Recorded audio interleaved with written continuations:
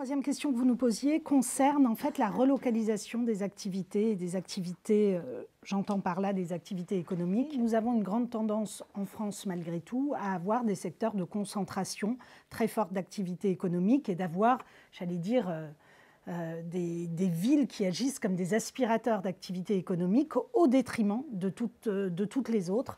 Et bien entendu, Paris n'est pas à la traîne sur le sujet et dans ce rôle-là. Alors, il se trouve justement qu'au cœur du programme de Yannick Jadot et des écologistes pour cette élection présidentielle, la relocalisation économique est importante puisque il y a un plan de relocalisation économique sur les territoires qui est chiffré à 25 milliards d'euros par an et donc 125 milliards d'euros sur le mandat pour pouvoir permettre sa relocalisation. En fait, la transition écologique ne se fera pas sans une transition économique. Et ça, c'est important. Nous, on nous assimile rarement très attachés aux questions économiques et pourtant, mener la transition économique, ça veut dire investir dans de nouvelles filières compatibles avec les contraintes climatiques sur l'ensemble du territoire français. Ça veut dire réinventer de nouvelles activités, des activités qui peuvent se déployer sur l'ensemble du territoire et qui ne sont pas concentrées dans certaines zones d'activité, de manière à avoir là aussi un territoire, j'allais dire, polycentré en matière économique pour permettre qu'il soit polycentré aussi en matière de bassin de vie. Alors, nous avons, ça c'est le premier élément, qui est cet investissement important. Le deuxième élément qui est en fait le fait de soutenir l'innovation, de soutenir bien sûr l'innovation écologique, ça vous vous en doutez, mais aussi de soutenir l'innovation sociale. Car nous, les écologistes, si nous ne sommes pas technophobes, nous ne sommes pas complètement technophiles non plus. Nous pensons en fait que l'innovation existe et est extrêmement importante pour inventer un nouveau modèle de société lorsqu'il s'agit aussi d'innovation sociale. Nous allons mettre en place en particulier une conditionnalité de toutes les aides de l'État, c'est-à-dire qu'il ne pourra pas y avoir d'aide de l'État aux entreprises si les entreprises ne respectent pas un certain nombre de conditions. Ces conditions sont bien entendu les règles environnementales, bien sûr, mais aussi les critères sociaux et les critères sociaux et les critères d'égalité femmes-hommes.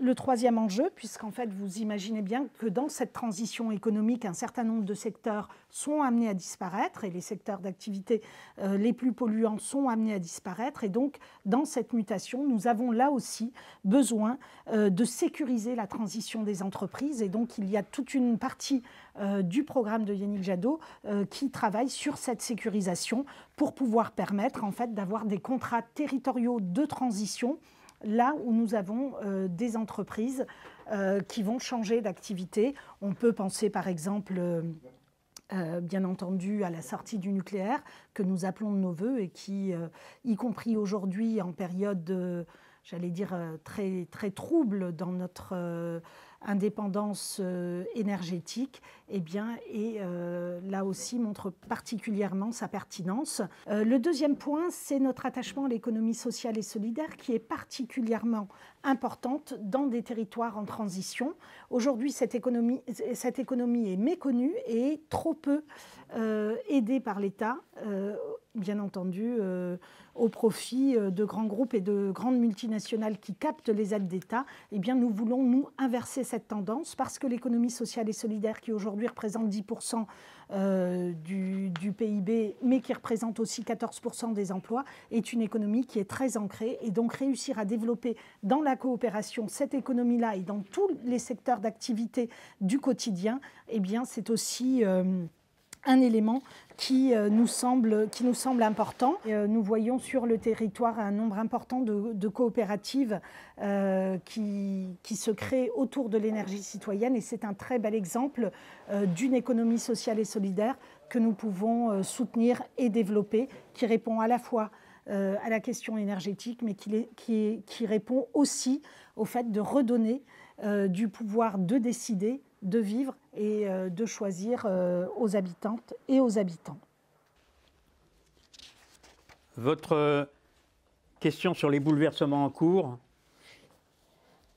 est assez compliqué. Hein. Comment relocaliser des activités? Comment est-il possible de redynamiser économiquement et socialement les espaces de moindre densité par cette relocalisation? Il faut savoir que le tiers des industries sont déjà implantées en zone rurale. Hein. Toutes les industries ne sont pas toutes implantées en métropole. Que les régions et les intercommunalités ont la compétence. Vous savez, les intercommunalités, c'est les groupements de communes. Et ont la compétence du développement économique tout en mettant en œuvre, pour attirer de nouvelles activités. Le problème, c'est qu'avec cette compétence, en fait, les collectivités locales sont de plus en plus en concurrence. Ce n'est pas très sain, mais elles sont de plus en plus en concurrence d'une région à l'autre, et d'une Comcom à l'autre, même d'une commune à l'autre. Ce qui a conduit évidemment les pouvoirs publics à édifier des régions de taille européenne, mais c'est aussi contesté parce qu'on recentralise en fait. On a décentralisé vers les régions, mais on recentralise. Tout le monde se plaint des centralisations régionales. La mobilisation des ressources du territoire résulte souvent d'une mobilisation des acteurs économiques. Moi, je défends beaucoup l'idée d'un développement endogène. C'est l'idée qu'en associant tous les acteurs du territoire, on peut mettre en œuvre des projets de développement. La création de valeur dans les espaces de moindre densité, chez nous, ça reste encore l'agriculture. Même s'il y a 100 000 exploitations fermées en l'espace de 10 ans, ça reste encore hein, quand même. Le seul problème, c'est que chez moi, par exemple, ils sont 12 et ils m'ont dit que dans 2-3 ans, ils ne seront plus que 3. Et c'est national, hein, c'est pas... Il y a donc un vrai problème de création de valeur qui va se rétrécir. Hein. Le mouvement va continuer.